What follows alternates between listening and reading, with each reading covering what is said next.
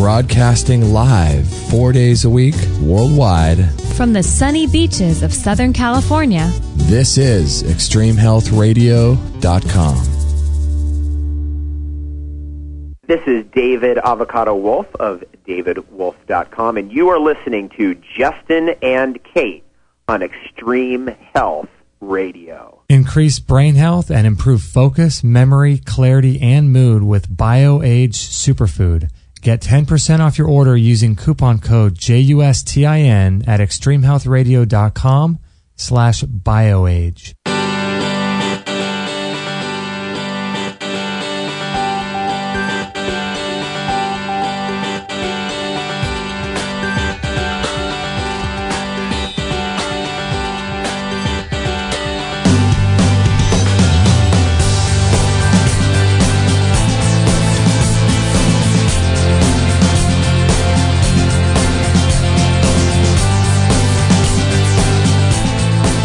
Well, Kate, I'm very excited about today's show. How about you?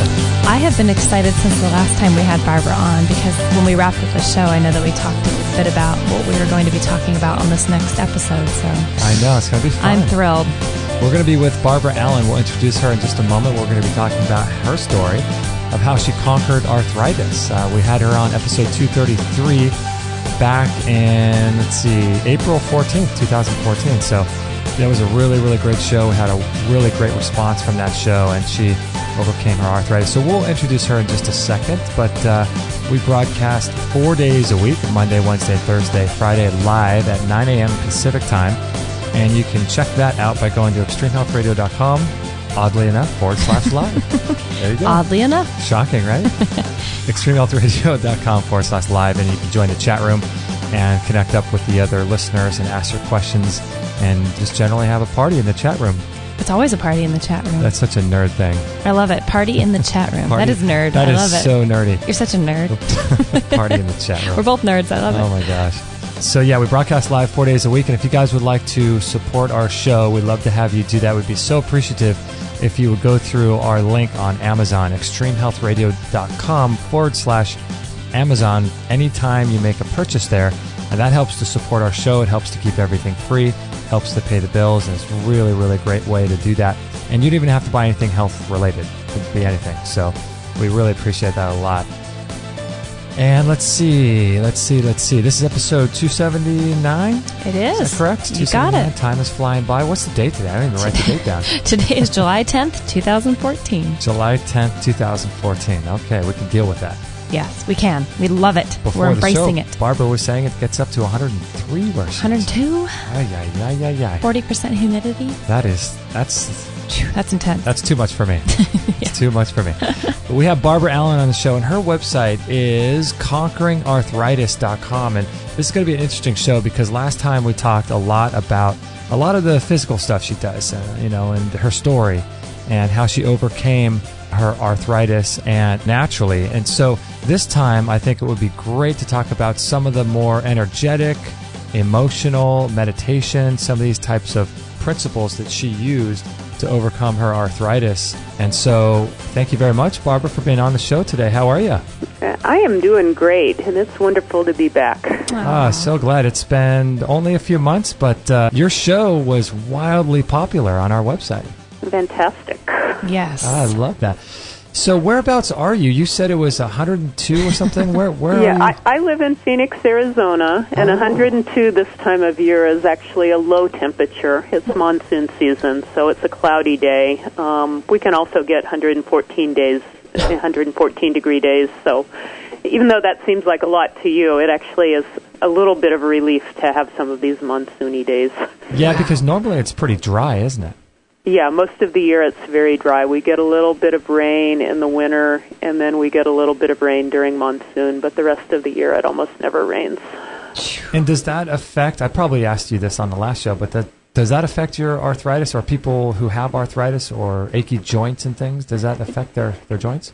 What affects joints the most is pressure changes. So whenever the weather has been undergoing a big change, people that have inflammation, that causes a lot of pain in the joints, and they can actually feel those pressure changes. So the pressure changes don't make the arthritis better or worse. They just make you hurt. So moving to Arizona doesn't cure your arthritis, and in fact, I had already healed by the time I moved here. I moved for different reasons, but it does make you more comfortable. Interesting, yeah, because a lot of people have osteoarthritis, I think, later on in life, and a lot of people go there to feel better, I guess, to have a better impact on their joints. But you say it's the pressure change between the low pressure, high pressure in the atmosphere? Yes. And because when you're in inflammation, it just makes your nerve endings so hypersensitive, you can feel what normal people can't feel, which is the pressure change. Well, you know, I was listening to, we just recently registered for this Hay House World Summit that was going on. And really great summit, and they have a whole slew of different types of people on there. I think there's about 100 guests this year, but talking about all kinds of wide variety of topics. But every now and then they have kind of a natural health person talk, and this person was talking about the power of castor oil packs and using those on, particularly in her story, she was talking about how she uses those on her joints, on her knees, to really relieve the pain. Have you heard about castor oil packs and if they're good? Not only have I heard about them, I used them rather extensively a couple years back. I had a cycling accident where I had crushed some bone in my heel. Oh, wow. And the castor oil was one of the things that worked the best for bringing the inflammation down. Wow. Was it pretty immediate, or was it something that if you did it over a long period of time, you could see feel the results rather? I would put it on, and usually I could see results in 20 or 30 minutes, but because it was something that was ongoing, I would usually do it twice a day. And of inflammation, because of the nature of it, once it really gets the head of steam up, it's hard to bring down, but if you can catch it early and not go into that whole cascade, it's much easier to control. So that's why doing it often really helped. You don't want it to get way out of control before you treat it. That makes sense. And so how does castor oil work, and why is it good? Why does it help people for their inflammation? You know, I do not know exactly why it works, and I don't know if that science has been done. I just know that it does. And some people really love Edgar Cayce. Some people think it's crackpot, but it's something he actually, in some of his Sleeping Prophet readings, prescribed for people, and then other people have tried it like me, and it works really well.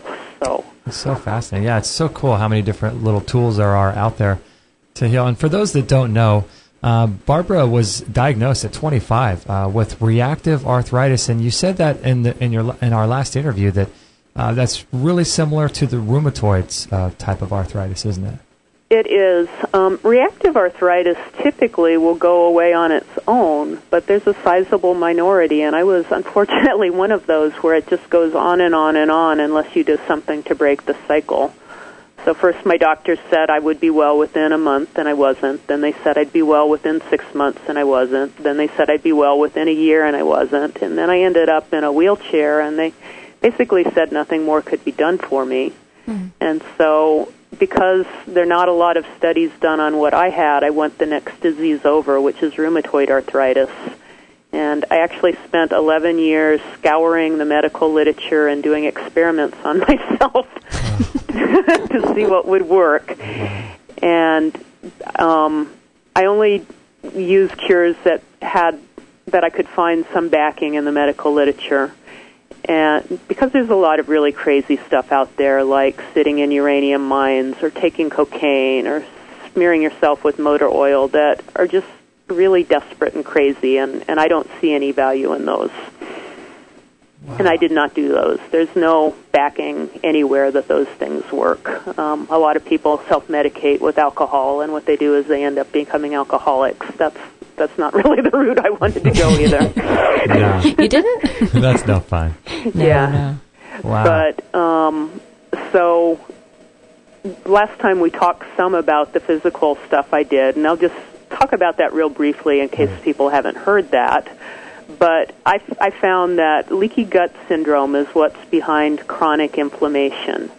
And once you have something very painful or traumatic happen to your body, often that can persist for years and years and years unless you do something to disrupt that. And the way you heal leaky gut syndrome is you find out what's triggering your immune system, and in my case it was many different foods and chemicals, and you withdraw those long enough for your immune system to heal. So usually that's 6 months to 2 years.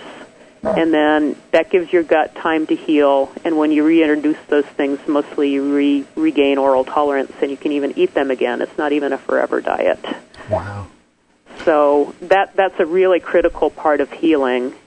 Part of why I want to talk about the mind-body stuff is that will give you pretty good symptomatic control, but if you don't actually get to the underlying emotional, mental, spiritual causes, you may redevelop it down the road later.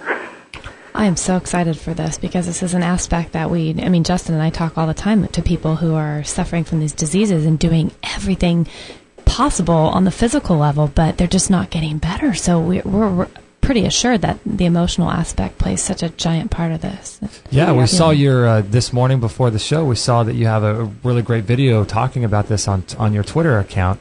You talk about the meditation and things like that. Do you think that if you were to compare, I guess people don't have to do this, but if they had to pick one, which one do you think is more important, the emotional meditation side or the actual physical side, or can you even compare the two? Well, I think usually it's important to first get the physical under control, and a lot of people will vilify me because I don't make drugs out to be the bad guys. Sometimes arthritis drugs are actually the best thing you can do because they buy you time, they get you out of pain, they give you your memory back, they give you your energy back. When they work, they don't even work for everyone, but when they work, so then you can actually have the resilience to work on the emotional, mental, spiritual aspect. Yeah, because you have to really have that, don't you? I mean, if you don't feel good enough to even get out of bed, then you can't do any of the mental and the meditation type stuff, can you? You can, but it's so much harder. For me, my very first pain relief came when I was in so much pain at night that I couldn't sleep. And so I was hugely sleep deprived, but it just felt like a load of bricks had been dumped on my body. And it becomes very hard even to think clearly at that point when you haven't slept for weeks or months and you're in great pain, and the inflammation itself messes up your ability to put things from short-term into long-term memory, so it's hard to remember things. There are about 5 years of my life that all seem like about one because I can't separate out when things happened. But I had come across a book called The Tibetan Book of Living and Dying, and it described a meditation technique called Tonglen, which is giving and receiving. And it's really a simple practice, and if somebody's in a skeptical, rational mind, they could very easily dismiss it. But I was willing to try it, and I did. And what you do, and this isn't a practice you should ever force yourself to do. You have to actually have an open enough heart to do it for it to do any good. But the idea is to breathe in your own pain and suffering, and then simultaneously the pain and suffering of everyone in the whole world that's experiencing exactly what you are in that moment on the in-breath. And then on the out-breath, you breathe out the remedy for yourself and everyone else. And I was so startled the first time it started working because I was in such intense pain. And then when that switch happened for me, I was in just as intense bliss, and I had no idea what had happened. And so I was so startled, it probably only lasted about 3 seconds. But I started doing that practice every night when I was in that really deep pain. And eventually I could hold it 5 seconds or 10 seconds or a minute or 2 minutes. And that was my only vacation from that extreme pain, is when I could do that. So I had a lot of incentive to do it. Oh, my gosh. Oh, no kidding. And that was really, the drugs hadn't done it for me. I explained last time, this isn't true for everyone, but I had a severe corn sensitivity, and cornstarch was the inert binder in all my medications, and it took me years to figure out that as long as I took my medicine, it was making me sicker. Yeah. Wow, that's amazing. Again, that's not everybody's case, and I'm not anti-medicine. That was just my case. Right. In your case, how do you think that your body was reacting to the corn, at least for your whole life, assuming you were allergic to it your whole life? I wasn't allergic to it my whole life. It's something that happened because when my arthritis started, I was in severe pain, and then I was prescribed non-steroidal anti-inflammatory drugs, which also tear up the stomach. So pain itself can cause leaky gut. Then the drugs I was being given are known to cause leaky gut. And so I had zero history of any kind of food sensitivities, food allergies, food intolerances. I was pretty much a cast iron stomach before I got sick. That's amazing. And so in the last show you talked about, I think it was dysentery that you had got while traveling, right? Yeah, I was on a vacation. I was vacationing in Michigan. I was at a music festival in the woods. There were about 7,000 of us, and about half of us got Shigella, which causes bacterial dysentery. The Center for Disease Control did a big study on it. I was one of the few that actually developed arthritis from it.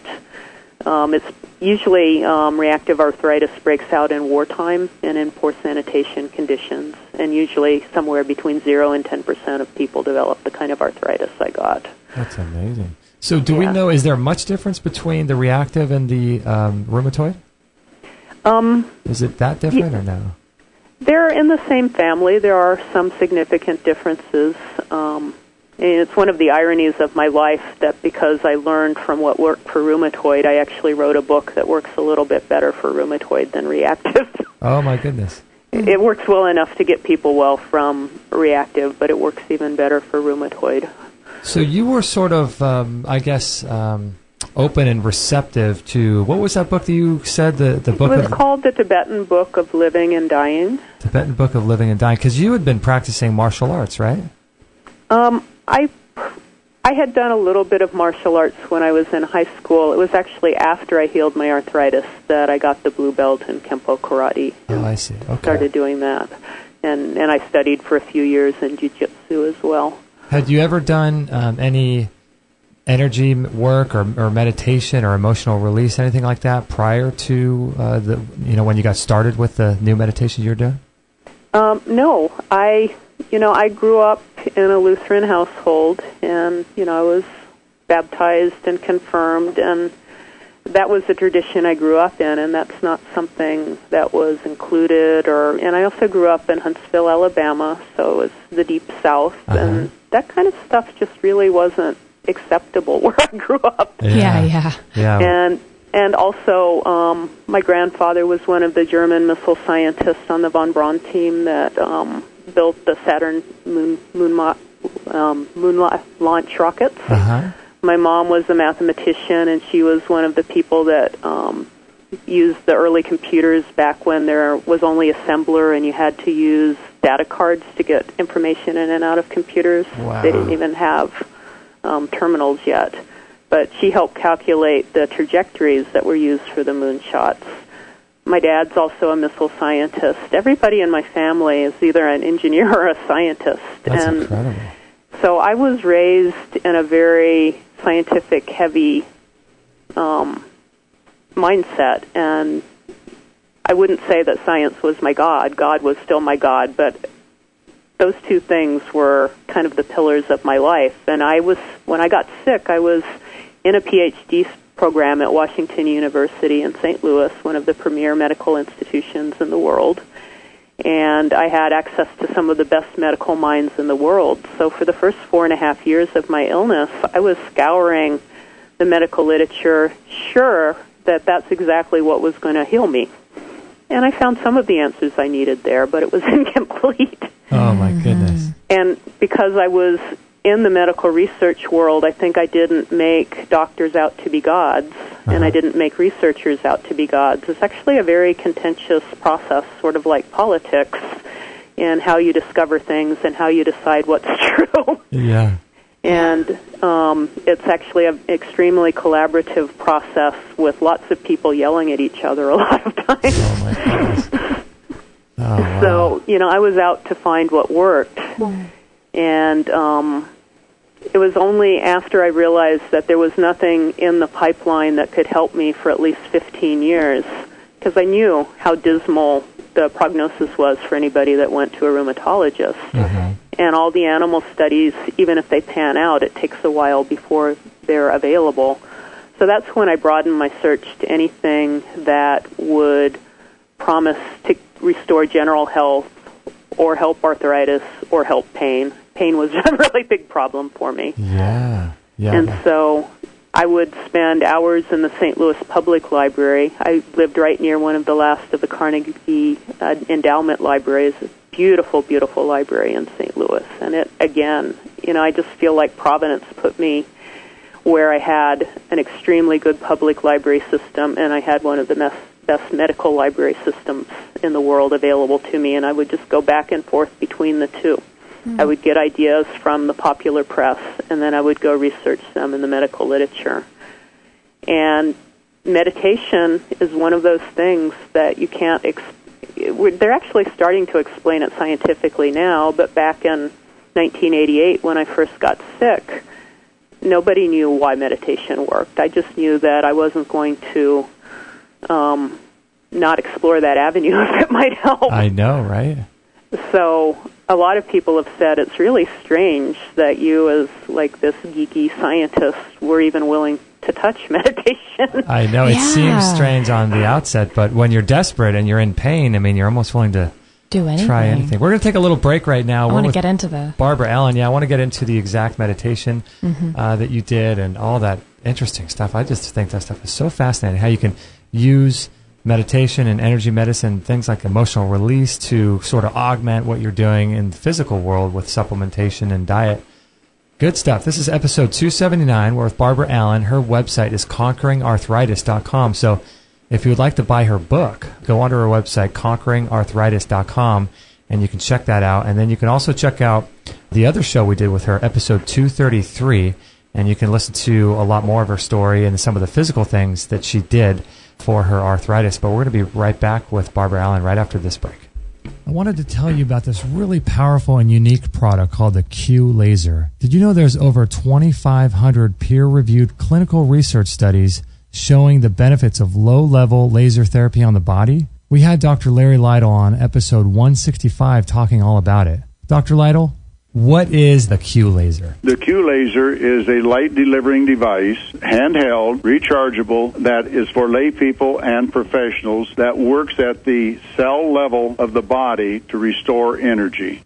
Since the body is all composed of cells and the cells are composed of atoms, it's good for any and everything in the body. It is especially beneficial for injuries. It will reduce swelling and inflammation before your eyes. Literally, you can have a sprained ankle and apply the laser, and within 30 minutes you can see that the swelling in the ankle has been reduced. Since all disease is inflammatory, you can assume that same process is working if you have some type of intestinal problem. We have pictures of using a heat instrument to diagnose the intestinal inflammation. We can show that intestinal inflammation is pretty much gone within 3 minutes using the Q1000 laser. It's the number one tool in your medicine cabinet. I have a saying, never leave home without your laser. I have had 3 serious burns, and each time I had my laser with me, I applied the laser immediately after I had the burn. I never even blistered. Kate and I don't want to be without ours. We've worked out a special deal with Dr. Lytle for all of our listeners. If you'd like to learn more about how the Q Laser can dramatically improve your health, go to extremehealthradio.com/laser. If you're taking 1, 2, 5, or more nutritional supplements, please stop. Simplify your supplementation with Bio Superfood, the most advanced whole food supplement you can buy. Men, women, children, and even Olympic athletes the world over have discovered Bio Superfood from BioAge.com. And now just take 1 nutritional supplement instead of many. The Bio Superfood formulas are whole food products composed of 4 of the most nutrient-dense algae found on Earth. Bio Superfood for the brain helps with focus, memory, clarity, and mood. And if you can increase brain health, the rest of the body is a no-brainer. Bio Superfood has 0 toxicity, is safe for you and your family, and it helps protect against radiation exposure. Learn more and order your Bio Superfood formulas at extremehealthradio.com/bioage or call 877-288-9116. Get 10% off your order using coupon code JUSTIN at extremehealthradio.com/bioage. BioAge, the age of advanced organics. 100% listener supported. Extreme Health Radio. Opening minds and transforming lives worldwide. Don't forget to join our thriving community for health tips, inspiration, and show updates at extremehealthradio.com/Facebook.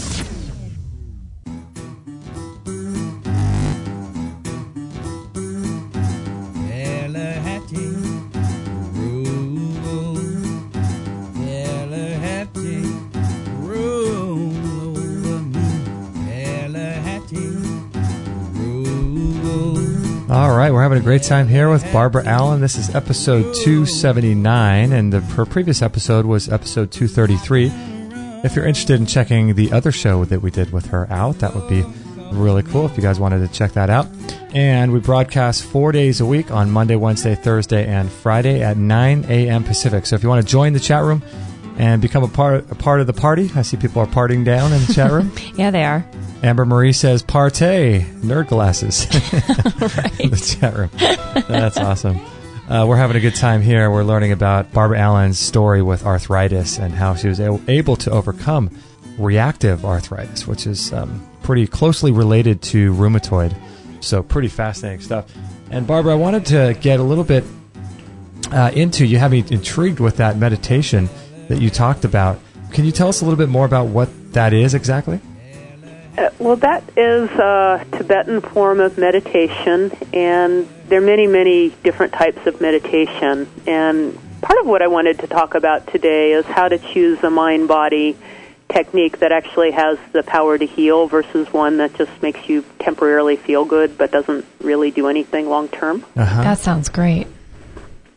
So one of the characteristics of any long-term healing is you've got to bring a great deal of acceptance and gentleness to what's happening to you.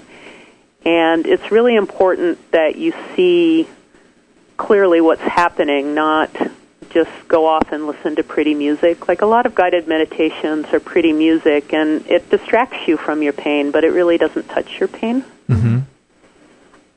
So the techniques that I've found that really work well are ones that give you the ability to touch into something that normally you would recoil from. Usually it's stuff that has a really big emotional charge, or it's something that you believe, usually it's a combination of mental and emotional and spiritual. Something like clothes symbols. It's like something you don't even want to touch. Mm-hmm. So, for instance, I grew up in a family where I was sent to my room if I showed any sign of anger, and I wasn't allowed to talk with my parents when I was angry. So it pretty much meant that the more something mattered to me, the less I was able to talk about it. Right. Wow. Interesting. And so this is not what my parents told me, but I developed a really deep belief that if I was angry, I was bad and I was unacceptable, that I had no worth as a human being. Right. Because that's always, I was punished for that. I don't know if they considered it punishment, but I certainly did. Yeah.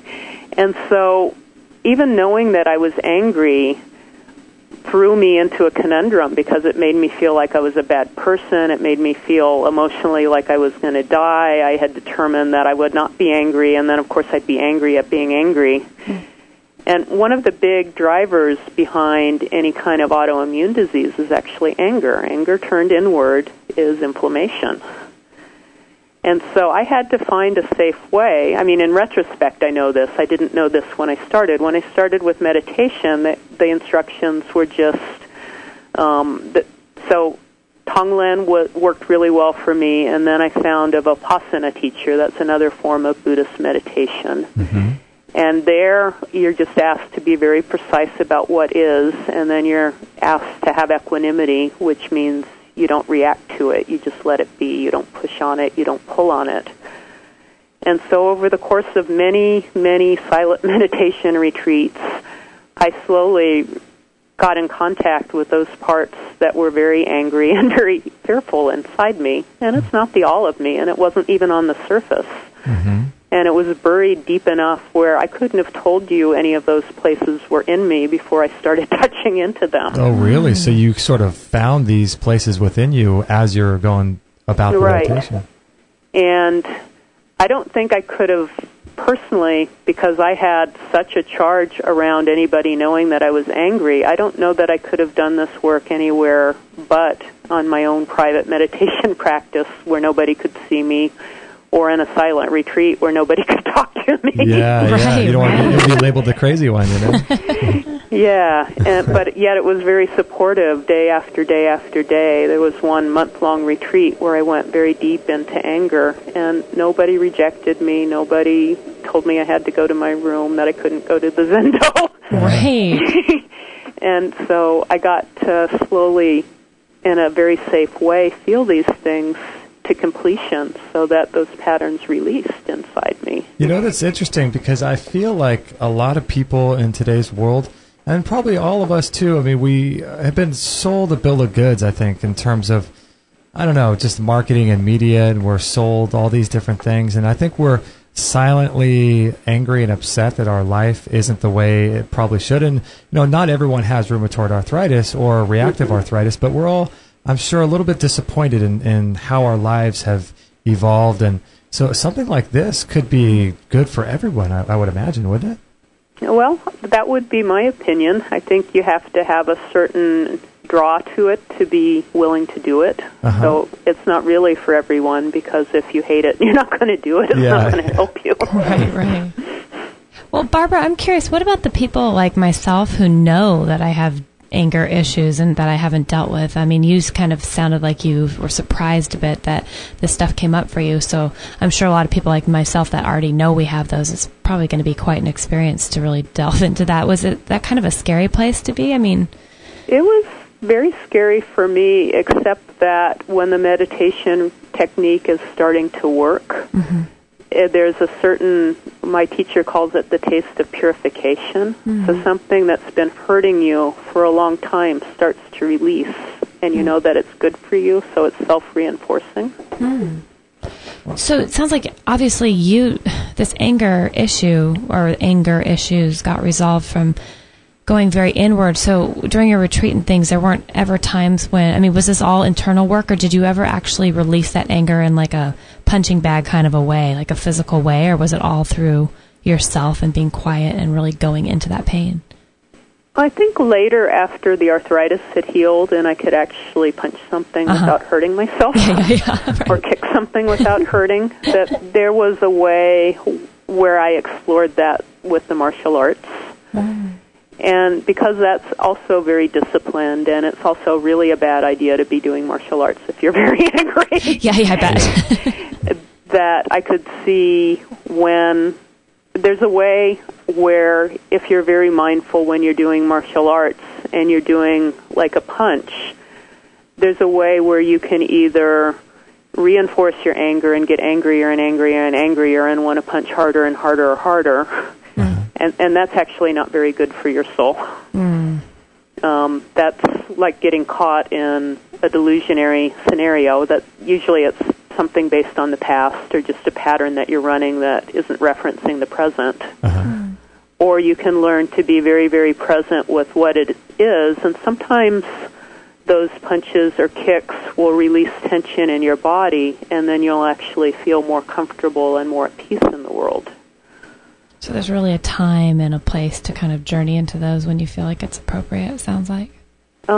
Yeah, and I think you have to be very careful. There's a very famous Vietnamese Buddhist teacher that lives in France, and Nich Thot Han, and he says that if you practice punching a pillow, mainly what you get is really good at punching the pillow. And so if what you're practicing is striking out in anger, what you're doing is getting really good at striking out at anger. If you're practicing and striking out in a way that dissolves your anger, then you're getting good at dissolving your anger. It's not so much what you're doing is how you're focusing your attention. There's no doubt, really, that there's this sort of interwoven connection between mind and body, and we all know that. I mean, you look at something like, a boxer or someone who's doing some really strenuous physical activity, 12 rounds in the ring or something like that, and then afterwards they're interviewed and they'll start crying and crying and crying, and or have this emotional release like that. And there's no doubt that there's this weird connection, isn't there, between mind and body? Oh, there is. And often, for me at least, my meditation practice, and I still have a daily practice, and it's not like I have gotten rid of all my anger. I still identify with you too, Kate. Oh, thank you. I'm not alone. I just am a little more aware of it now than I was when I first got sick. Oh, yeah, I bet. But I've released enough of it where I don't have an autoimmune disease going on. But every time I release a new layer, I get feedback from the rest of my life that I'm an easier person to be with. I'm more loving. I'm not pushing people away. There are things that come to me that I never expected would because I've changed. So, and so I'm more approachable. So when you say that, people obviously saw a change in you, so did you feel like you were an angry person? Or, because I'm like the most happy, angry person people say they've ever met, because I think my issues are so, deep-rooted, but I come across as this very happy, fun-loving person. You didn't feel that way going into, like your older life? Did you feel like? Before I got sick, I wouldn't have said that I was an angry person, but I think my mother and my father and some of the people close to me, when I started doing the meditation work and I stopped being so angry, they noticed a big difference. And so before I was angry, but I didn't really feel it or acknowledge it. Interesting. Now that I've worked so much with it, I'm very aware of it, but very few other people are. That makes sense. So I actually get the same kind of feedback that you get, that I'm one of the happiest, calmest people that people know. And I think it's because there's not that much that can trigger me externally anymore. I still have internal triggers, but I mainly deal with them without, barfing it on other people. Right. Do you think it's possible in a situation like mine that maybe I've done more work than I think I have because I haven't gone to, a meditation retreat or had these set aside times to really deal with the anger, but I have, felt like I've, spent a lot of time in prayer and different kinds of conversations that have released a bit of that. I mean, do you think that, I obviously have more work to do. I think that's very, very possible. I think as long as we still have a physical body, we have more work to do. Yeah. Amen to that. We're all here to learn. Totally. Wow. So how often do you do this meditation every day now? Or for how long, I should say? Usually I'll spend maybe 20 minutes when I'm falling asleep. Usually I'll spend 20 minutes before I get out of bed in the morning, and then the rest of it depends on my day. If I have a day where there are not a huge number of demands, I'll work for a few hours, and then I might meditate for 20 or 30 minutes, and then I'll work again. So what do meditations look like today for you? Are you still kind of going that same route of going into the pain of the world and coming back out, or are they very different now that you're kind of in a different physical state?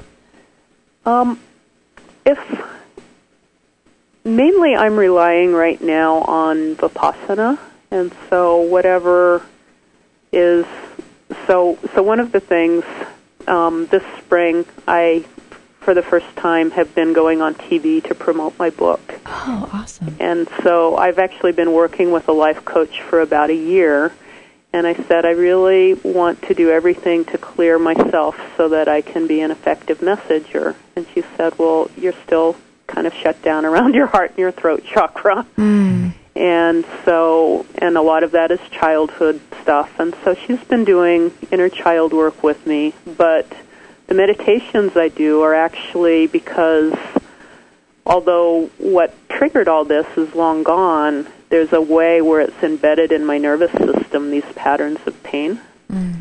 And what I know is that if I can feel the pain in my heart and my chest and my throat and I can be very precise about it and let it move without interfering with it.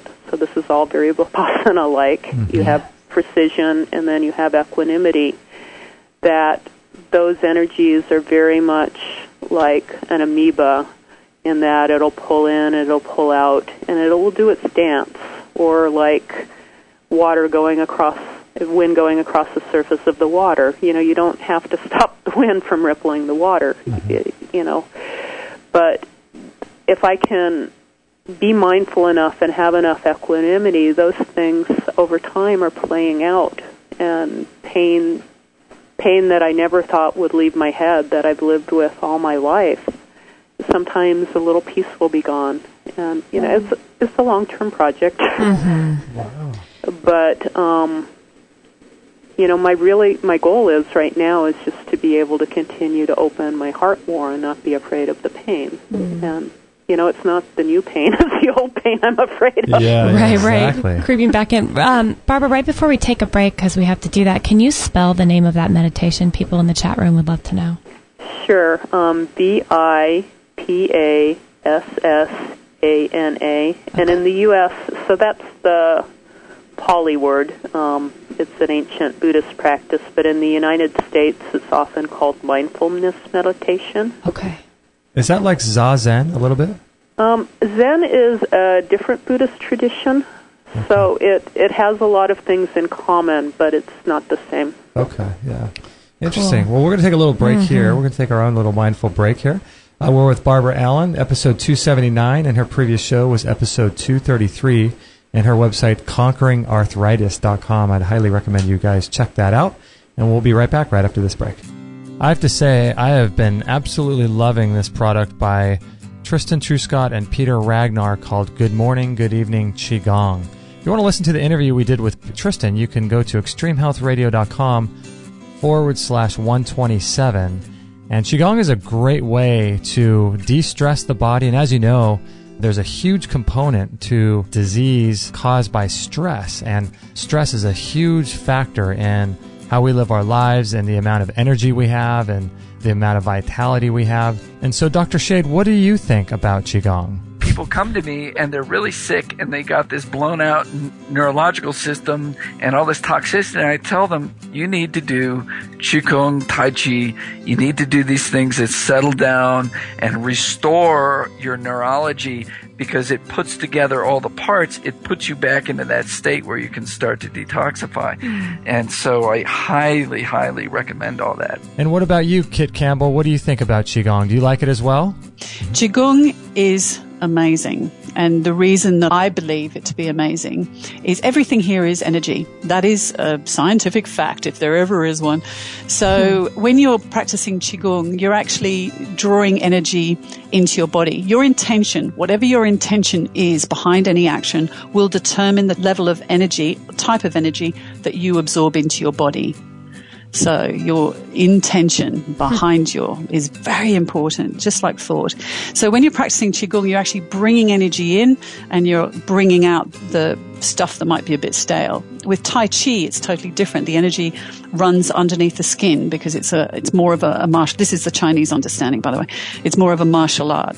So Qigong is very, very good for bringing that energy into the body, and just fantastic. If you're interested in picking up this Qigong course by Tristan Truscott and Peter Ragnar, go to extremehealthradio.com/Qigong. That's QIGONG. And you can learn more about it. There's a great video on that page, and you can learn more about it on that page. And I highly, highly recommend this product. I love it myself, so go ahead and check that out. extremehealthradio.com/Qigong. So a few years ago, when I was working for this company, it was a really small company, and I had been wanting a Vitamix blender for years and years and years, but they're so expensive, and I just hadn't saved the money at that time to get one. So as a Christmas bonus, they knew that I loved the Vitamix, so they got me a Vitamix, the 5000 blender. And that thing is so incredible. It was right at the beginning of my raw food journey, and I was using it about 3 times a day, really. Today, I still use it about twice a day to make blended smoothies and things like that. But the Vitamix blender is really, really great. And if you go to extremehealthradio.com/Vitamix, that will redirect you over to there, and then you'll be able to purchase that, and we'll get a commission for your order. And you'll also get free shipping, too, so that'll be great for you if you're interested in saving about $25 on the shipping. And with the Vitamix, you can make sauces and dips and bread. You could make ice cream with it. I've done a lot of ice cream. You can just make the most incredible things. And it's my favorite because it's got a tamper on it. And you can put ice and frozen berries and avocado and some honey and things like that, and with no water at all. And you have that tamper, and you can make the most amazing ice creams with it. So the Vitamix is my favorite blender of choice, and if you're in the market to buy one, I would greatly encourage you to do so if you have the money for it. And if you do it through us, through extremehealthradio.com/Vitamix, I'll get a little commission for it, and you'll get free shipping. So it works out for you and for us too. So if you're in the market, please do it through us. That'd be really cool.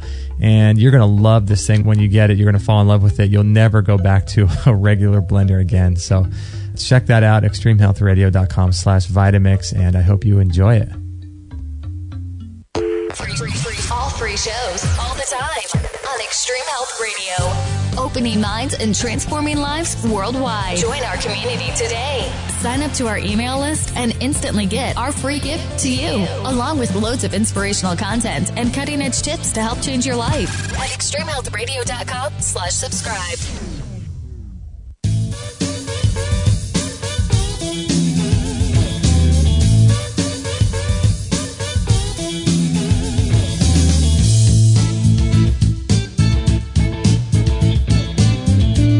Oh, I thought you were about ready to do a little jig there, Kate. Did you? I thought you got to get the finger stamps going. So not the kind of music you can do that. I know, right? But I try. You do try. I try to make it into a little groovy dance music. A little jig. I love it. This is episode 279. If you guys would like to join us live 4 days a week on Monday, Wednesday, Thursday, Friday at 9 a.m. Pacific, you can join the chat room, become a part of the community, and party with party down. Party down. So party down with all the other chat people. So you can do that at extremehealthradio.com/live. And if you want to check out her previous episode with us, that was episode 233. And we were talking during the break, Kate, a little bit about some of the things that perhaps, Barbara, you might have been dealing with. Because I was thinking this might be a bit of a stretch in a similar way of growing up in a conservative and a biblical way. Did you ever get upset that you were not exposed, or perhaps some of the modalities and through meditation and things like that were kept from you? You know, that never ever happened to me. I think because I did grow up in a really good community and a really good household. My idea was just that when you're ready, then more information can come in. And what happened to me very early in my experience with pain with the arthritis, and it's interesting because I've got a gentleman attacking me on social media because when I went on TV, I talked a little bit about this. I hadn't for years and years, but I had an experience where I was in so much pain, I passed out, and I stayed conscious.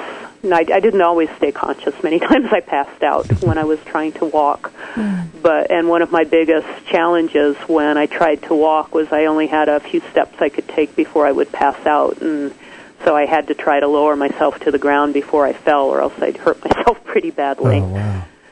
But so that's just a level of pain I was dealing with at that time in my life. But once, maybe many times, I don't know, it's got that quality of I can't tell how many times it happened because my memory was so messed up then. Yeah.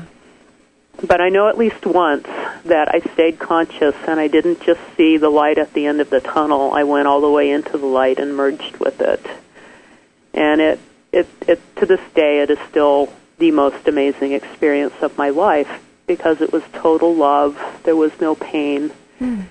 And after a while, I was sent back with the knowledge that there was no guarantee that I would ever find the cure for arthritis, but it was possible for me to do that. So you knew this coming back into your body? I knew this coming back into my body, and it seemed so crazy. I told nobody for probably 10 years. Wow. That's crazy. And until I'd healed myself. And then because for a long time, I wrote the book, and then because it received such a great reception in the beginning, I got scared. People were just kind of mobbing me at some of my first public talks, and I didn't know how to handle it. So there was too much fear in myself to be a public figure at that point. Yeah. And so part of this work I've been doing in the last year before going on TV was not to be so afraid of people. Yeah. So what were you saying this guy was attacking you for? What He's attacking me because I had this experience with God, which I think means to me that he's really scared of God, or, maybe he thinks God is punishing him, or God is bad, or I don't know what he thinks. I just know that he says it's impossible to heal, so everything about me he's villainizing right now. And one of the things he's villainizing that supposedly shows that I'm a crackpot is that I had this experience.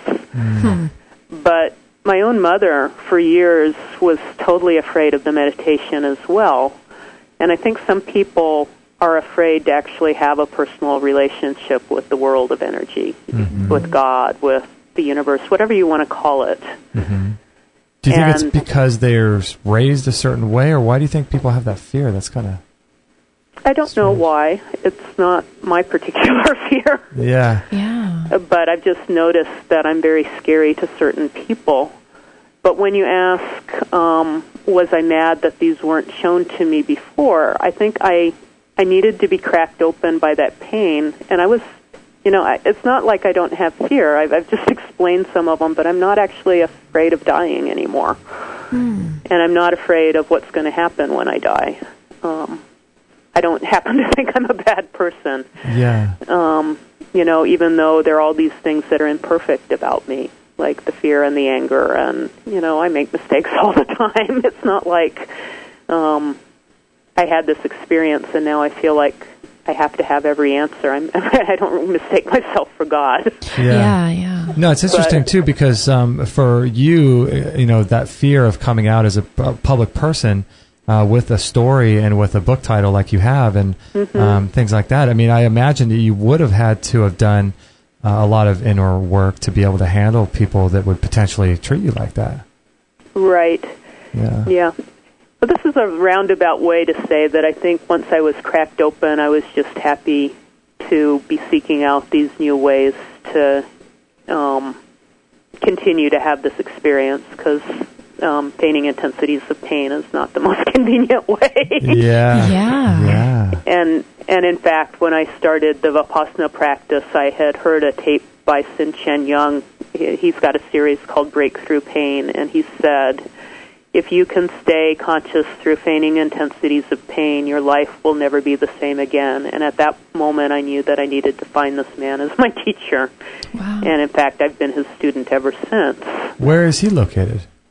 He gives retreats once a year in Tucson, often on the West Coast and the East Coast. Once you're his student, you can become part of call-ins where he's doing it over the phone. So you don't even have to live anywhere near him. Interesting. So lots of different places. Vipassana Support Institute is his BSI. So BSI.com, you can go and get information about him if you're interested. Oh, great. Interesting. And what is his name again? Sin-Chen Young. Interesting. SHINZEN Young. Okay. That's like, wild. Just like it. And so that quote that you just said of his, what did you say? Becoming... If you can stay conscious through fainting intensities of pain, your life will never be the same again. Stay conscious through the pain. Wow. Through fainting intensities of pain. That is interesting. What a concept. Yeah. And so, I mean, it's true. Now, I'm curious, too, when you said that your mother became a little bit more open to, did you say that she became more open to the idea? And if so, could that kind of fit back into, can people fit this into their own kind of set of religious principles like Lutheran and kind of have it add to their life, or is it something that once people get started, they kind of have to change everything? Well, every religious tradition has a prayer tradition that's healing. Mm-hmm. And so within Christianity, what's most healing is Christian centering prayer. Mm-hmm. Mm-hmm. And so it's a fine place to start with petitionary prayer, which is asking God for something. God, I don't want this arthritis anymore. Take it away from me. Mm-hmm. Yeah. Or God, I am unemployed right now because I'm sick. I need a way to support myself. But where most people stop when they don't heal is they don't listen to what God says back. Oh. So God might be saying, okay, I'm willing to heal you, but you have to give up your anger first. Mm. You have to give up your fear. You have to stop being resentful and bitter. That may be what God's saying. It's probably different for everyone else. But the Christian centering prayer is very different. It says, even in the midst of this pain, God, I want you to show me the perfection of the moment. Mm. And that's saying, I don't want to be caught in my limited beliefs about what's painful and what's not painful, what's good and bad. I want you to actually deliver me from this. That's interesting. And give them permission to do that. Wow. Yeah, because a lot, it's interesting because we grew up much the same way, and we see a lot of people, or have seen and around us, people asking for God to take things away from them. But then we've talked about this before, Kate, where in the Bible, Paul will talk about, give me the wisdom to make a decision instead of waiting and saying, God, tell me what to do right now, tell me what to do. And in the Bible, Paul talks about saying, give me the wisdom to make my decision. And so a lot of it is just like that centering prayer that you just talked about. Mm-hmm. Yeah. So when Kate was talking earlier about other things she did that have helped heal her anger, it's true that every tradition in the world has a healing aspect to it. You just need to focus on that part of it. That's fascinating. So you do the meditation now in the morning and in the evening before bed, and you do it lying down. I do it lying down, and that is a peculiarity of how sick I was when I was meditating. Yeah. And it's also a peculiarity because for years I actually had to deal with pretty extreme fear when I was doing a sitting meditation. When I closed my eyes, that I would fall. Oh. And it always felt safer to me to lay down because when I relaxed, I wasn't worried about hurting myself. And it wasn't a rational fear. It's not like I ever fell down when I was meditating.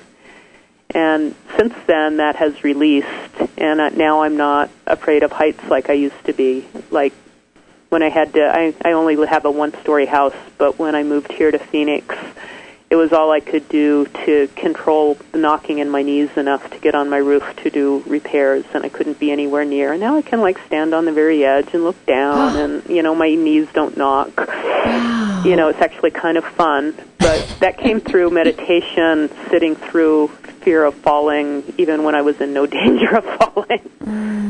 Oh my goodness! But that's probably true for most of us. Our fears are totally irrational anyway, aren't they? Most of them. Well, some of them are real, and the ones that are real, one of my teachers says, if the hair's standing up in the back of your neck, that's a real fear, and you need to deal with whatever's about to happen right now. Oh, that's a really good point, yeah. But you're right, most of them are based on either something that happened in the past or something we think is going to happen in the future and not what's happening now. Mm-hmm. Mm-hmm. Yeah, we've heard that a lot, where all fear is based on the past. We've heard that from Eckhart Tolle says that, and it just makes a lot of sense. You're not living in the moment, the present moment of now. It's all just our perception of the past, isn't it? Mm-hmm. Mm. So do you feel off if it sounds like you add this meditation time every day into your practice, or your practice into your day every day, but if you happen to miss a day, do you feel a little bit off? Do you sense a difference? That's an interesting question. Usually on the days that I'm too busy to meditate, I feel really fantastic while I'm out in the world because I'm actually unaware of all those uncomfortable feelings. Yeah, totally. And it's usually when I begin to meditate again that that kind of backlog of stuff that's come to the surface that hasn't been released yet happens. So I actually feel worse when I start meditating again and better when I temporarily stop. I see.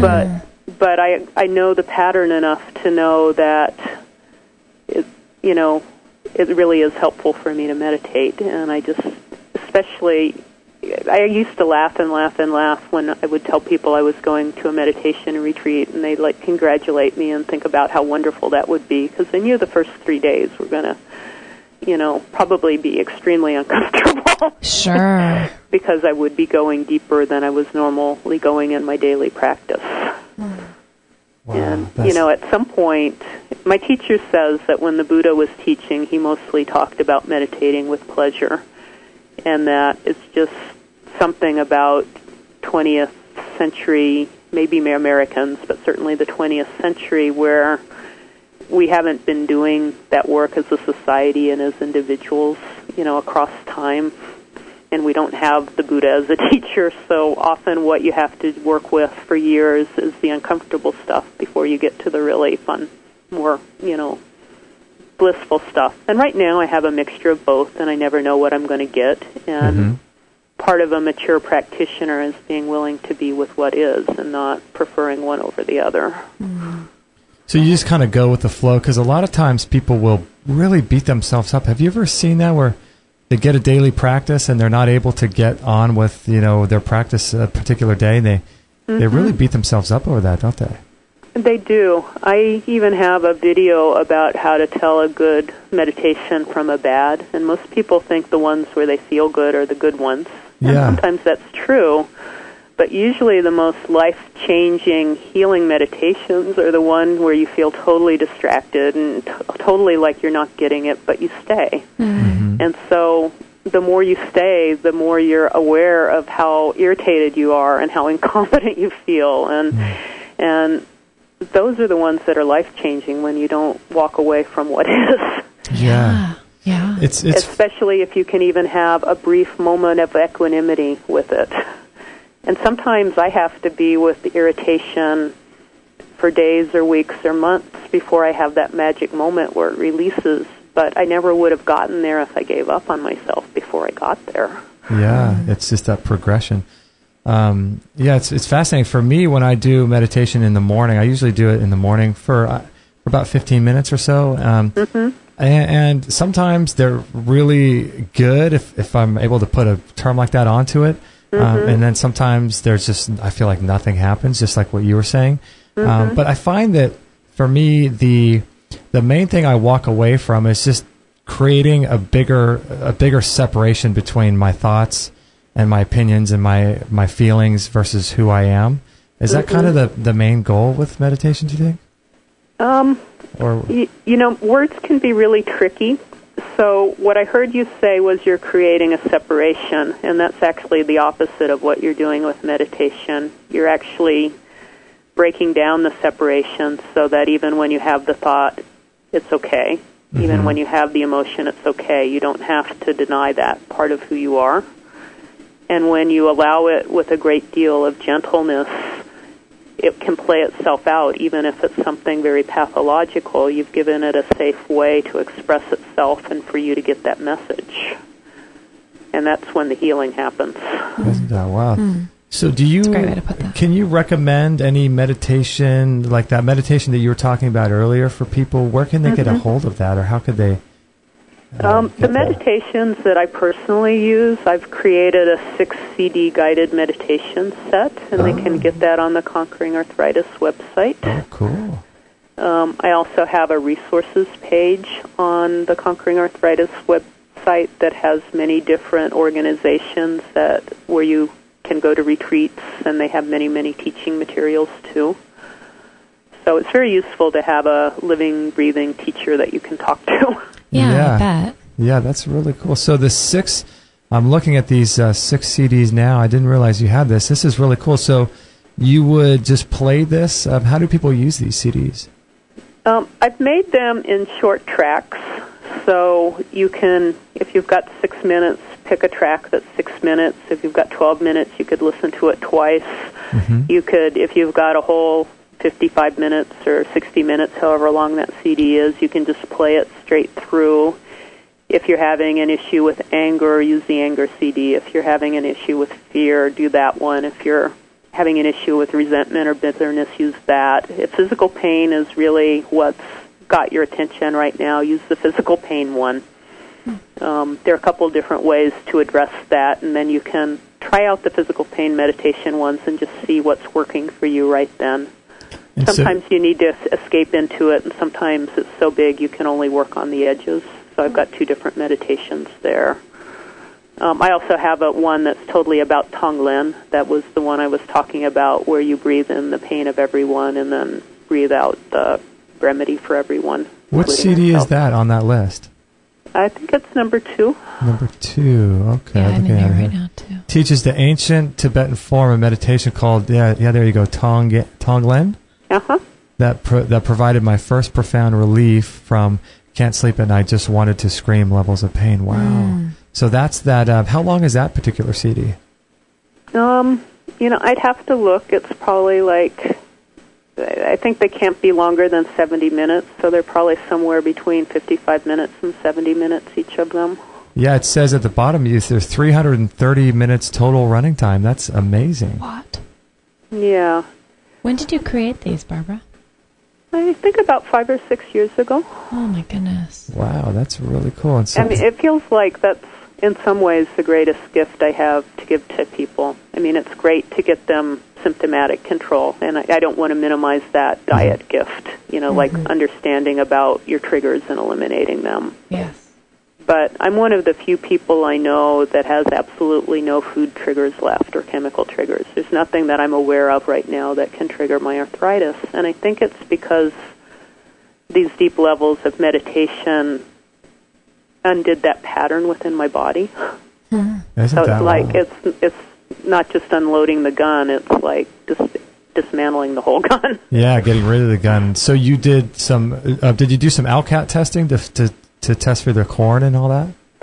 I didn't know that the ALCAT test was a legitimate test when I still had my arthritis, and so I did all my testing. It took me 2 years. I don't actually recommend anybody anymore do it like I did, unless they absolutely don't have the funds for the ALCAT test. Yeah. Then you can do what I did.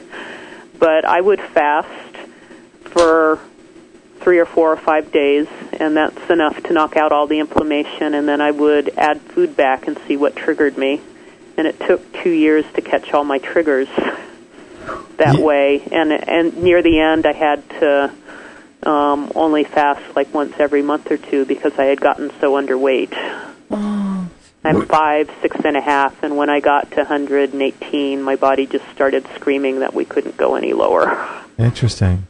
Did you say last time that you found some sort of cornstarch in your toothpaste? Was that you who said that? There were 4 different additives in my toothpaste that were derived from corn. Oh my goodness! And so that was the last source I found. And so when I eliminated toothpaste and just started using baking soda, since that was the very last, I stopped. I needed an hour less sleep a night, and I went from feeling not really like I had arthritis, but still I wasn't quite well yet. There was just this magic feeling that something had been set right inside me that hadn't been right in years and years and years. That's incredible. Golly. We have a listener question in the chat room. We should have asked this earlier, but it's going back a little bit to, let me just read it right now. It says, question for Barbara Allan. How can we overcome gut issues when we are stressed? Anything we can do or say with our minds? I've recently been going to the bathroom like 5 times a day, pooping wise. Is that normal? If you're eating a very high fiber diet, it's normal to poop after every time you've eaten. So I don't know how many times she's eating. Okay. If she's got diarrhea, that's not normal. Yeah. So mostly when we're caught in a stress response, we don't realize that there's any way that we have a choice. But we do have a choice when things happen if we're willing to work at a deep level with ourselves. Mm-hmm. So largely what my many-year meditation practice has allowed me to do is retrain my response to pain and other stressors so that I don't go into the patterns that damage my body. I see. So things that used to make me angry now, because there's not an emotional charge with them that's been released, I can just go, wow, you must really be hurting, for you to act like that. Yeah, so you can recognize that. Or I can say, wow, I really had an expectation that something was going to be different, and if I continue to hold on to that expectation, I'm going to make myself really angry. Is it worth it? Yeah, so just being aware of that in that moment can actually allow you to sort of step outside and look at your reactions to stress and things. Right. So it's not an easy answer. I mean, you have to be committed to retraining your response, and you're not ever going to be able to control everything outside of you.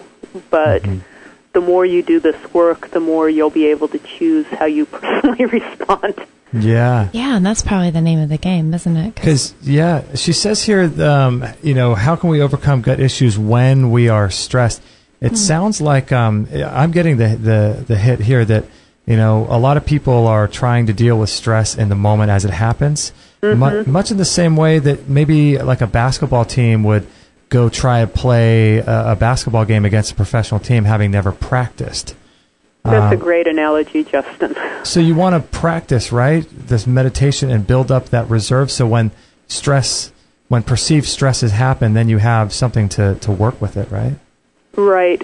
An example would be that there was one meditation retreat, and every time I would sit down to meditate, I would go into nausea. And so I thought, okay, we're just going to, it was a whole 10 days of meditating on nausea. And when I was in the Zendo, so that's actually a Japanese word for meditation hall. So I think you said Zendo before, and I was thinking you were probably talking about Zen.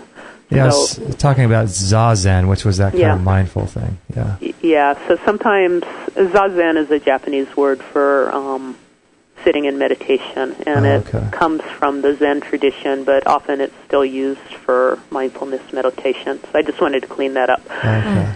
But anyway, every time I went into the meditation hall and went into what was happening, for 10 days, that was pretty, right on the edge of throwing up nausea. But I just kept staying with it with the faith that if I would, it would kind of play itself out and untie itself. Mm-hmm. And when it was mealtime, I would actually allow myself to come up where I wasn't feeling the nausea anymore. I wasn't in a deep enough state of meditation, so I could actually eat. And I would wait until I finished digesting before I went back to the Zendo, because I really didn't want to throw up all over everybody. No fun. But that 10 days was magical. At the end of it, my digestion in a permanent way got better. And I know that was part of retraining my stress response, because I've always had an upset stomach when I get emotionally upset, when I am stressed. Wow, so you could notice that difference right there with your digestion. Right. And so I know that's not a very pleasant remedy to say, okay, meditate on your, feeling like wanting to throw up. Right. Yeah. And it may not even present itself that way for that woman. It may be that she just has a sharp pain in her stomach, or, that she's got gas or something that's not as severe. But if you watch it long enough with enough kindness and enough precision, your body, the way my meditation teacher describes it is that part of our programming is like mud in a really murky water. And it's really hard for light to get down that much for you to see what's going on. But if you keep shining the light of mindfulness and equanimity on it, eventually enough photons will have gotten into that part of your psyche for it to resolve itself, usually without you understanding at all what happened. Now, are you talking about mindfulness sort of in meditation, or mindfulness just throughout daily living and driving around and things? You can do it either way, but I think the mindfulness in meditation is like the basketball practice, and the mindfulness when you're driving around in everyday life is like actually playing the basketball game. I see. So you can, it's great the more mindful you can be in daily life, but it's actually good to have some practice time away from the distractions of having to drive your car and have a coherent conversation and answer your email. Yeah. I love that analogy, though. What was that, shining the light down, deep down into murky waters like that? That's really... Yeah. Beautiful. That paints a good picture, huh? Yeah, so it's... Wow, so someone could get these meditations, or people can actually just meditate on their own, right, too? I mean... Yeah, they can meditate on their own. I would actually suggest that if they want to make sure that they're within a healing tradition, that they work, with, like any kind of Vipassana or Zazen, that's a strong healing tradition. Mm-hmm. If they want to work within prayer, they can work within that aspect of Christianity. Mm-hmm. And Kate had mentioned also that, just talking with people, if you have wise friends, sometimes just telling them what's going on, and sometimes then just going, something unties in you. It does, just feeling heard. Just feeling heard. That's a big deal, isn't it? Yeah, so I know within Christian churches there's all sorts of counseling that's faith-based, and, as long as it's really in a dialogue with God instead of a monologue with God, it's going to be healing. Wow, and so you're still working with people doing consultations, is that correct? Yes, that's true. So people can call you up, and do they use Skype or just call you up over the phone, or how does that work? They can get on my website, and the phone number is there, or they can email me, and I can, usually the first 10 minutes or so of talking or emailing is free, so I can figure out, and they can figure out if I have anything to offer them, and after that we can set up ongoing consultation time if that's the right thing. And do you work with people outside of the arthritis issues too, or just focusing on that? Occasionally somebody outside that realm will ask to work with me, and it just depends on why they want to work with me, whether I say yes or not. Like there was a man who had tinnitus, and he was head of the National Tinnitus Association, and I met him at a conference, and I could tell he was deeply doing his own work, and he wanted to take the ALCAT test, and in fact it gave him about a 50% improvement. And he was willing, since that wasn't my expertise, tinnitus isn't my expertise, knowing about food sensitivities is, just to take that on face value. So I was very happy to do that. Sometimes I'll just try to refer people on to somebody else that is more appropriate. Sure. Well, with food allergies and leaky gut, I mean, that can just translate into hundreds of different symptoms, can it? Yes, it can. And anybody that's having that problem, I'm willing to work with them. And what is that? I'm looking at your website here. What is the 28-week course that I see there? What is that? I took everything that's in the book, plus everything I've learned from 10 years of coaching people one-on-one, and put it into a course. It's delivered via video content. And so not everybody learns well from a book. For people that read and implement really well on their own, all they need is the book. So don't get mad at me that I made a course. I made the course for the people that want somebody to sit with them once a week and explain things quietly and calmly, because some people are auditory learners or they're kinesthetic, so they need to be like running around on a treadmill or something to be able to take it in. Right. Got those endorphins going at the same time. Yeah, they can't listen unless they're doing something. Yeah. Right. And they're too active to read a book. Yeah. And it's also on a blog format, so as soon as you've listened to a lesson or a principle, then you can write any questions you have, and I'll answer them. Wow. So that not only you, but everybody else that is taking that course can read what I've answered. And what's also nice is it happens over 28 weeks, so that's 6 months, and so I break down the steps into the book into small, doable steps. So as long as you're willing to do the challenge every week, and it's small and doable, at the end of 6 months, you will have done what you needed to do to make huge improvements in your health. Jeez, that sounds really cool. So you must have some pretty good success stories. Obviously, working with people, the last 10 years, but just from going through a course like this, I'm sure you have people that contact you all the time saying, This is what happened. Yeah, this is what happened. My job is the most gratifying job in the whole world. Yeah, because you get to work with people and see them heal, right? Yes. And yes. Yeah, I love that. I love the fact that you have the you're sort of digging into the blood work with the ALCAT, and then you're doing the dietary stuff, and then you're also doing the meditation. So you're kind of covering a lot of different realms of healing in one and I found that that's who heals the most deeply. That seldom is an illness only manifesting in one realm.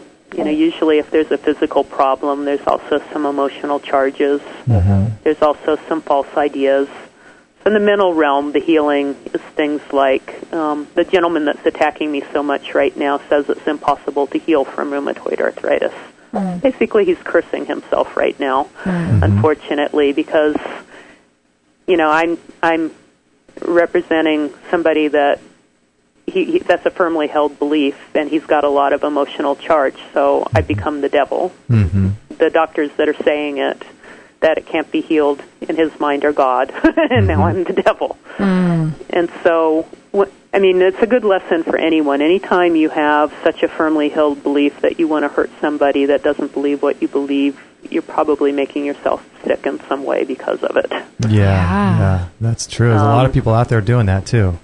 Yeah, and in lesser ways, even if it's just your husband or your wife or your child doesn't believe what you do, if you're constantly irritated with them, there's actually something in yourself that needs to be healed too.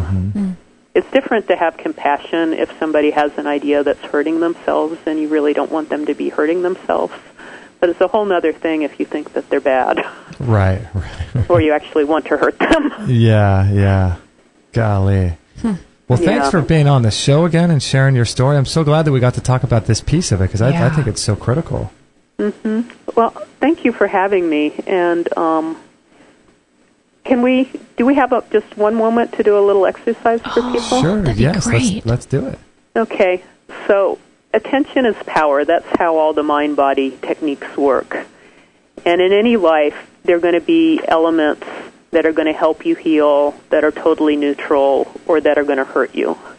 And where you focus your attention, that part of your life expands. So this is just a little exercise to help people understand that.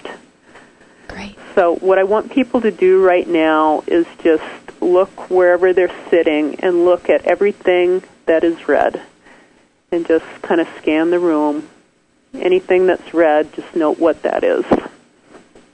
Now I want them to close their eyes, and then I want them to tell me everything in the room that's blue. Having a hard time here. Right. So open your eyes again. And so that was a trick, but what you focus on really is what fills your mind and what you can reference. And what you don't focus on or refuse to focus on is sort of like a blind spot. So if you're focusing on things that make you miserable or make you sick, you're going to hold yourself in that pattern, and you may not even realize that there's something that could help you because you're so used to seeing red that you can't even see blue. And then you'll probably start noticing more red, and then you'll start becoming more angry that you notice it and develop that whole pattern. It reinforces your belief system. Life is bad. There's no way I can heal. I've gotten a rotten deal. God's a shithead. Whatever. Right. But, the difference between me and the heckler is I, by the grace of God, already knew before I started that it was going to be possible to heal. And it took me 11 years to find it, but I was looking for it. It wasn't even easy to see, but I was busy looking for the blue, not the red. Interesting. And so, it was Henry Ford that said, if you believe you can do something, you're right, and if you don't believe you can do something, you're also right. Right. That's such a good quote. Yeah, I like that. Quote. Yeah, so what do you think it is that was in your mind and in your psyche that allowed you to keep looking for that? Because a lot of people just get so down and so negative that they just take the medication, or they do something that's self-destructive in some way where they just get themselves into a negative pattern. Well, I think two things helped me. One, I knew that no matter how bad my pain got, the worst thing that would happen was that I would go back to that place of great peace and love. Mm-hmm. So that gave me a certain kind of courage that the only thing that would happen if I died was something good. Something better than where you were. Yeah, something better than where I was. Mm-hmm. But, you know, this is a funny thing, but I think one of the really positive things about growing up when I did and where I did was that Huntsville, Alabama was critical for putting people on the moon, men on the moon, mm-hmm. and my family was directly involved with that. It was actually my mother that pointed this out to me a few years ago. She said there are very few times and places in the whole world, and I'm going to cry, mm-hmm. where there's that many people pulling together for a positive cause. And unified, right? And unified, yeah. and actually successful. And I grew up breathing that, you know, not even knowing how rare that is. Wow. That people support each other in a cause.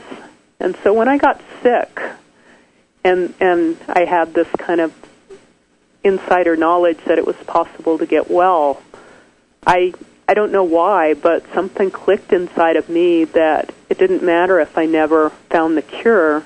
What mattered was that I wasn't going to not look. Mm. And so it became a magnificent obsession for me, and I found it.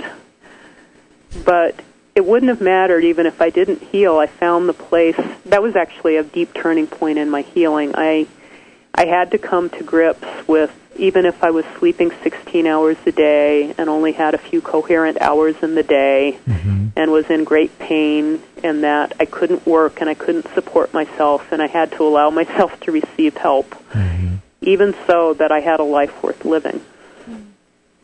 And I don't know how I found that place that knew that I was valuable, even that debilitated. But I knew that I was. Yeah, and just relying on that. And I'm sure throughout your whole process of those really dark days, you were cognizant of that. You know, you knew you were mm-hmm. valuable, and you knew that even if, like you said, you were lying in bed for 16 hours a day, you knew you were here for a purpose. Yes, and I had a family that didn't abandon me. I had friends that were helping me. You know, it was when I finally got the electric cart so that I could get around to the, what I mainly wanted was to get to the libraries myself and stop relying on friends to go Xerox stuff for me. But I had friends that I could send to the library. Now that's a true friend. Yeah, every week I had a list of the next set of things I wanted. Wow.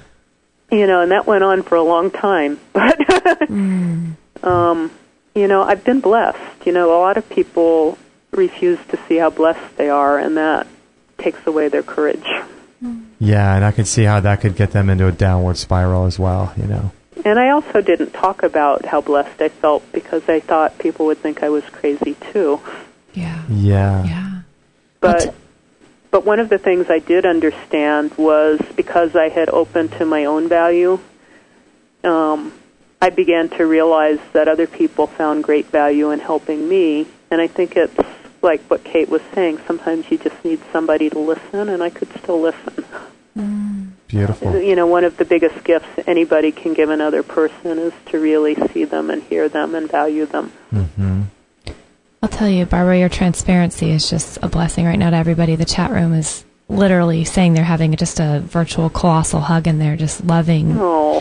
There's already people saying they can't wait for Justin to post it so they can re-listen. And this is the reason we all do what we do, because these moments are such a blessing. So obviously there was a huge purpose for you having this story, more than just to find that peace yourself. But look at how you're changing the world daily. It's amazing.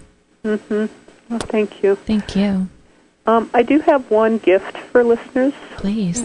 I wrote up a tip sheet called 4 Steps for Initiating Healing for Any Illness That Has No Known or Certain Cure.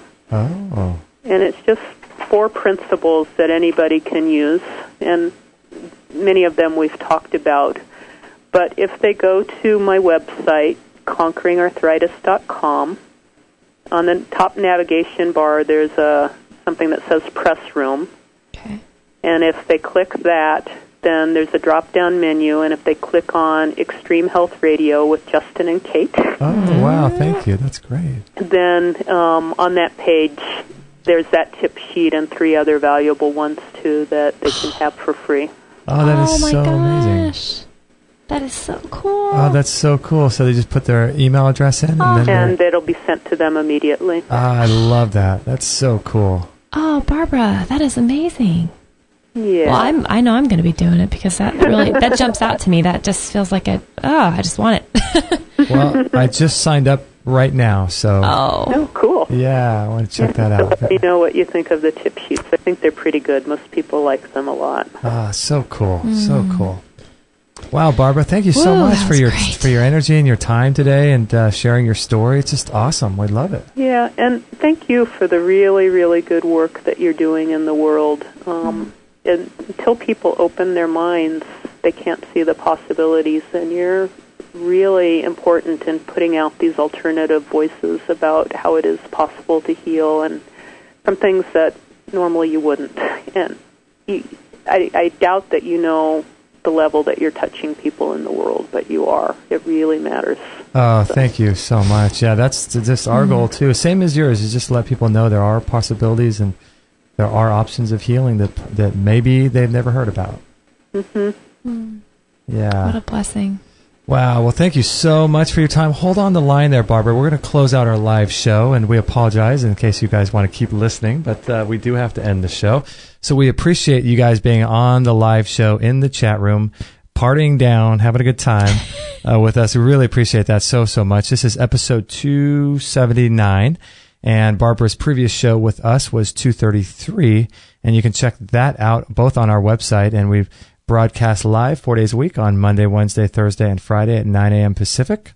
See, Kate, I've gotten better at that. You have. I'm proud of you. This just rolls off the tongue now, Maybe doesn't Barbara has a tip sheet to help you remember more things. It only took me about 10 months to get that down, didn't it? No, you're doing good. It's the skipping of the Tuesday thing. I'm just joking, yeah. I know, right? So, yeah, if you guys want to check out any of our live shows, you can listen at 9 a.m. Pacific on those days. And we really appreciate you guys so much. Please pass this show on to your friends if possible, if you can. We'd really greatly appreciate that. There is a lot of really great gems here, so we really appreciate if you can share I think this everyone show. in the chat room knows that. They're already excited to share it. So. Yeah, because I just want people to know that even if any of what we talked about today, even if it doesn't work, there are millions of other things that could work too. There's so many options for healing, and I just want people to know that they just need to try, as many as possible. And be open to receiving something maybe unexpected through some modality you never saw, heard of. You never even heard of. Yeah, so it's great stuff. So thank you anyway, guys, for listening live. We really appreciate it, and we will catch you. We love you guys. We'll catch you on the next episode. There you go. All right, Barbara. Well, thank you for your time. Thanks, Barbara. I'll be in touch later today. Okay, thank you so much. Okay, thanks, Barbara. Okay, bye-bye. Bye. That was one of the best shows, wasn't it? I was misty-eyed over here. I know. Yeah, that was just a really great show. Whew. Yeah, you're a little teary-eyed I am now. a little teary-eyed. I just, it's... That's okay. We're allowed to release our emotions. I think we are. Yeah. I feel like I just connected on so many levels to everything she was saying, and I feel like I mean, look at me. I'm like, I'm a mess over here, but I feel like her transparency and her just how real of a person she is just really got to me today. And I think people in the chat room just completely felt the same way. I mean, they sensed it. There was seriously some crazy love going on in the chat room. People like Barbara just make you feel enveloped in a giant hug of acceptance and love and healing, and she has a way about her that is very, very rare.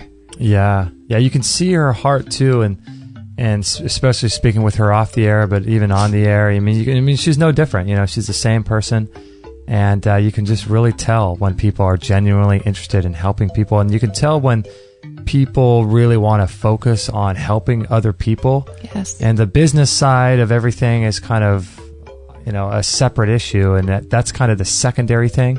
Because we all need to make money to live and need to make money to pay the bills and things. But you can tell the difference when certain people are focused more on one than the other. Yes. And I can just tell that she's just really passionate about her work. And she was telling us off the air that, she has the best job on the planet. I loved hearing her say that. Yeah. Because, the stories she hears and the feedback she gets from people, and obviously we're all on a journey, but into the journey of healing especially, are just they're there's no price. There's no price to put on. It's priceless. It's priceless. Which I know we get some of that. We see that on a weekly basis and get to hear stories. But man, she is a world changer. She's amazing. Yeah, I really enjoyed her being on, and it was interesting when we were talking and reading that listener question at the beginning of the show. It really kind of hit me that it's fascinating to me when people. It's when that person was looking for stress, what can they do in the moment, and a lot of times I feel like what I mentioned during the show, the basketball analogy, where we're put into a situation in life, we're just thrown into life, aren't we? Where it's like just play, and you have no idea what you're doing. You don't even know what team you're on. You don't even know what's a ball. What's your goal? Right? Am I supposed to put the ball in the basket? What side? Who? Right. Where? And we're not given any of the tools to deal with any of the pressures and the stresses and the and what's required of us to go out there in the world to live. And when we try to deal with those types of situations with some sort of mantra or something that we can snap say into in the moment, I mean, that would be like putting me out on the basketball floor in Game 7 of the finals in the NBA championship, having no idea what's going on, and having never been played before. It would take me less than 10 seconds to realize it, less than a second to realize I'm out of my league here. Yeah. And so I thought you're just ill-equipped. Really. I'm just ill-equipped. I don't have the skills. I don't have the practice behind me. I don't have the muscle memory. Mm-hmm. And so I think that's what she was talking about is the meditation. Yeah, there's things we can do in the moment to deal with, the guy who flips us off on the freeway, or to deal with some angry person that's trolling us and trying to say bad things about us online. Get us to back down or whatever. But doing the work daily, I think, is where you're going to start seeing that spill out into your daily life. I do too. And start. I do too. Because they say, what is it in yoga and meditation, that the real practice is as soon as you leave the mat. I've never heard that. That's when the practice starts. Oh, that makes sense. Or not the practice, but that's where the living it. Your chance to be able to put it into practice. Yeah, because all the stuff you're doing on the mat or the stuff you're doing in home, for 15 minutes a day, that's where you get the foundation of how to live life. That completely makes sense. I've never heard that, but isn't that the truth? Yeah. You know what I really enjoyed about her? I mean, the whole thing, but I love how she meets people where they're at. I love how she had that I didn't even know about her 28-week course. Oh, I didn't either until I looked on their website. That is amazing. And how she told us off the air, just to make sure people understand that it's the exact same thing as the book, just for a different learning style, for people to be able to connect with what she's saying, what her point, basically her message she's trying to get across and out to the world. But I thought, how neat that she goes a step beyond just writing a book. She knows there's different kinds of learners, different kinds of people connect with different ways of, of learning, I guess. Yeah. But how cool. I know. It's really cool to... Some people aren't book readers, Yeah. I mean, I'm kind of a book reader. I like reading books, but I think primarily for me, I'm an audio video learner. Mm-hmm. And so if I had rheumatoid arthritis or some kind of arthritis, I would be all over that. I know. I know. I'd be all over it. I know. It's really cool in today's world. I just think it's just amazing in today's world where we're able to even offer different styles of learning as an option for people. Mm-hmm. Well, and that the style, yes, I agree that they're even offered, but that it seems like this day more than ever, they're celebrated. You're not, even 50 years ago, it's probably like, unless you learn this way in school, you're, this isn't the way we do things. You didn't have other options. Yeah, you didn't even have the awareness. So not only are they available, they're celebrated. Like, hey, that's great. If you're not a reader, you learn through auditory. Let's throw another piece at you, and you can choose how you want. You don't get to maybe choose what style it is you do better. Yeah. How you do better learning, but once you know it, you're able to implement that by choosing things that are right for you. And the fact that they exist to be able to choose in the first place, it's just awesome. It's so cool. It's awesome. We live in the best time. I mean, we really do. Was it Dickens who said we live in the best of times and the worst of times? Was it Charles Dickens? Oh, I don't know if that was Charles Dickens. Yeah, we live in the best of times and we live in the worst of times, and it's just wasn't that for the opening? I'm gonna look. Oh yeah, it's the opening of Great Gatsby? Oh, is that No, right? Let me look it up. You keep going. Yeah, it's awesome because I really feel that We're given so much flexibility, like we just said, in learning styles, and the ability for us to understand how we learn and what we're receptive to is huge, because it would be one thing if we had the ability to know, okay, I'm an audio learner, but there's no such thing as audio tapes, or there's no such thing as CDs. Right. What if you were the type of person that would like to go to a lecture that in a town hall or something 200 years ago, and you just soaked everything up. Yeah. And that's how you learned, and you just couldn't sit still to read a book. You're right. But it's 1822. You know what I mean? Well, in 1859, you're right. Charles Dickens did write A Tale of Two Cities. Was it? There you go. I wasn't A too Tale far of off. Two Cities. A Tale of Two Cities. But you're right. I mean, but we live in a time where it's celebrated and it's recognized that you can have different learning styles, and then you can actually go out and consume information and learn while you're driving, while you're... what does Jim Rohn call it? Your mobile university? Oh, that's right. Your car? That is such a great way to say that. Yeah, your mobile university. Or we often joke like YouTube University. Yep. Because there's nothing you can't learn these days. It's just awesome. It's just insane. Yeah. What's at our fingertips. I mean, you could be driving down the road listening to us or some other radio show or some other podcast, and you can even download YouTube videos and turn them into audio if you want. I have a friend who just, I think it took him 2 months, but he built the most amazing, phenomenal bed frame for him and his wife for their house, for their bedroom. Oh, really? From YouTube. Who is it? My friend Brian. Really? Yep. Watched a bunch of stuff on how to make a bed.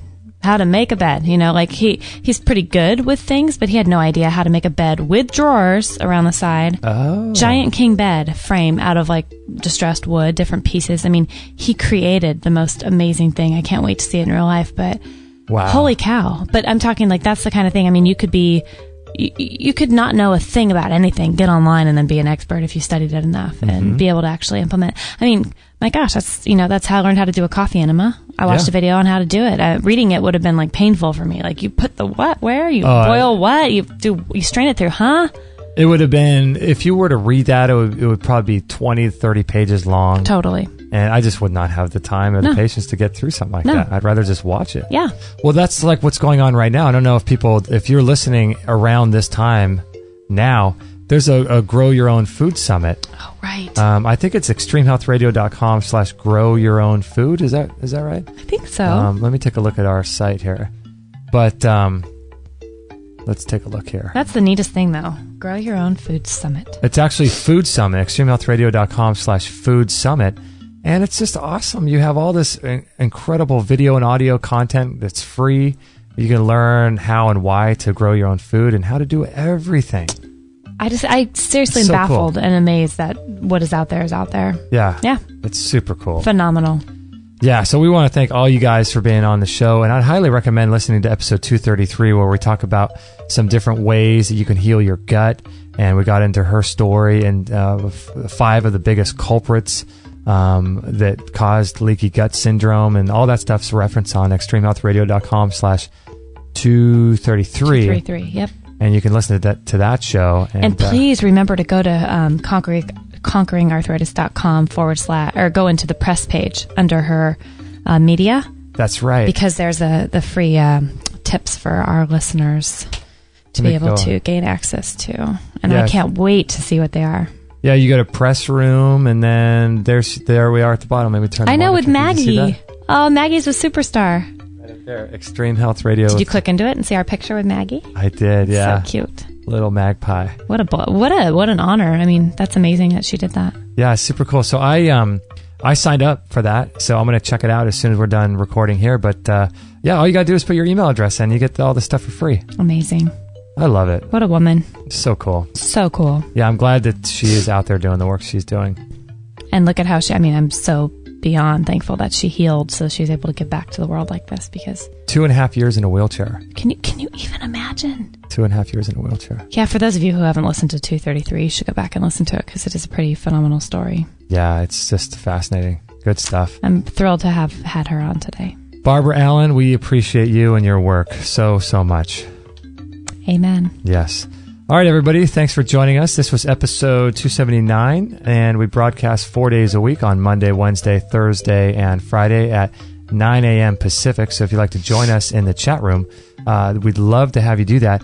And also, if you guys would like to sign up to our newsletter, we'd love to have you join and become a part of that as well.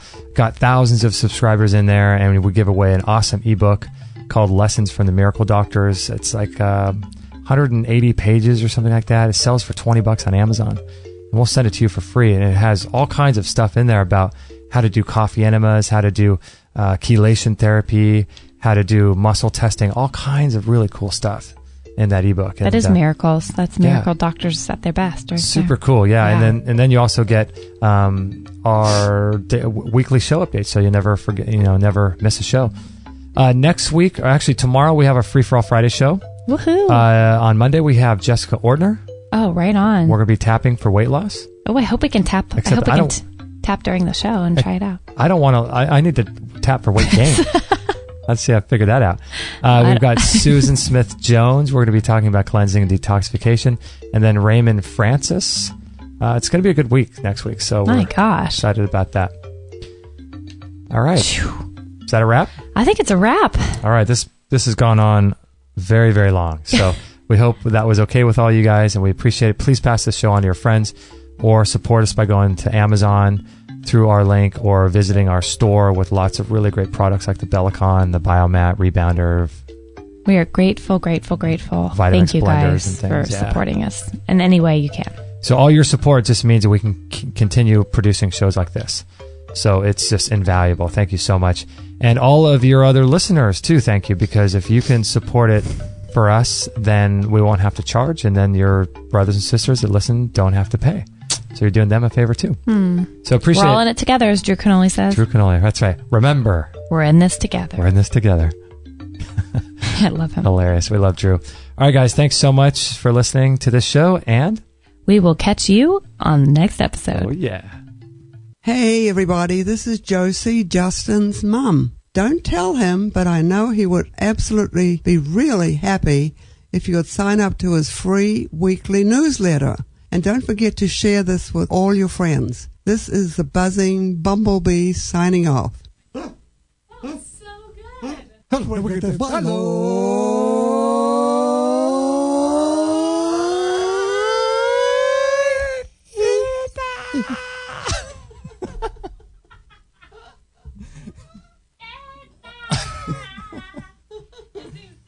Oh my gosh.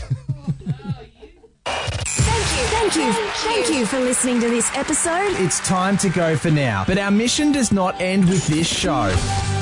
Justin and Kate will be back with another interview packed full of ideas, discoveries, and unique ways to regain your health. Head on over to extremehealthradio.com/subscribe and instantly download our free gift too, that contains cutting-edge strategies to start making healthy lifestyle changes today.